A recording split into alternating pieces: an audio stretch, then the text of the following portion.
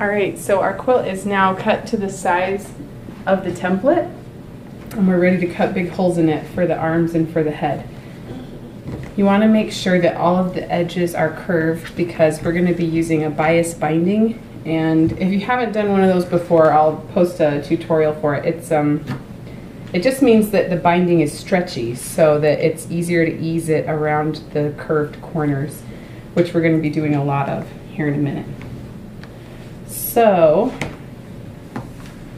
I'm going to first get ready to cut for the neck. And so here's the middle of my quilt. I'm going to grab the template that I made earlier. And you're just going to lay it down and match it up so that this ends up where we want it to be. Thanks, Suze.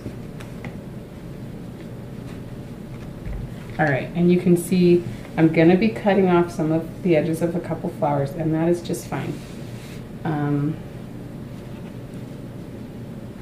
This is why we made the quilt, so we could cut it. Alright, so now I'm just going to draw with a fabric marker. I like the kind that have, this is air and water soluble, and this is just water soluble. I like that because then I can do two separate colors. So I'm going to draw a line down the middle with the purple. Mommy? Yeah. Is it already fading away? Alright. Then with blue or with another color,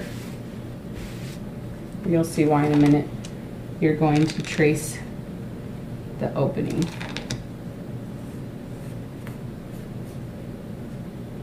And you just want to try not to have any points. Like I could do this at a point right here, but I'm going to make it a curve. See that? Instead of like a V shape, it's a curve down there at the bottom. And that'll help me when I'm putting the binding on later.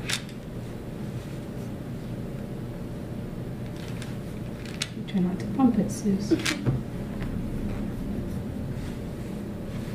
Okay, now just move the template and kind of just eyeball it and make it a little more symmetrical.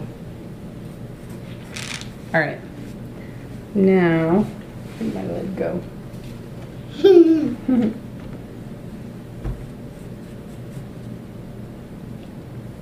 Grab a ruler and you're going to make a line about 1/4 inch from either side of this purple line.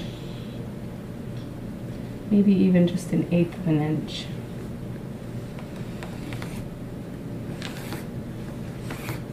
Okay, and you're going to do that on either side. So I did it on the right side of my purple line, now I'm going to do it on the left side.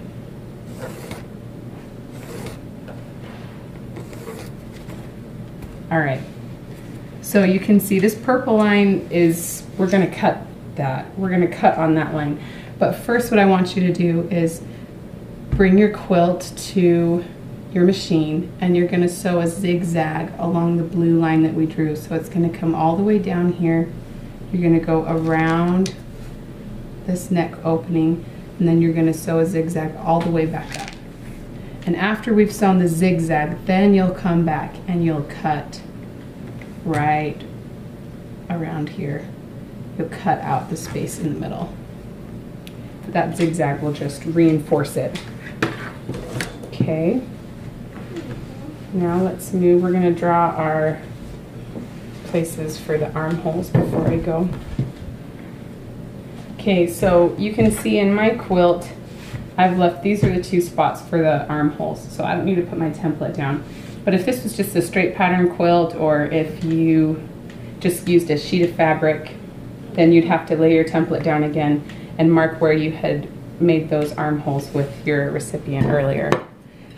These armholes, we're going to do them in an L shape on this side and then a backwards L shape on this side. We're also going to do it so it's like a little curved hole so that you can use that bias binding to finish it off. So first I'm going to, if you're doing an adult wheelchair quilt, I recommend an 8-inch horizontal cut, and then, oh wait, no, vertical, sorry, 8-inch vertical cut, and then you're gonna do a 4-inch horizontal cut. So I'm just gonna draw those lines. I'll use the purple so you can see better.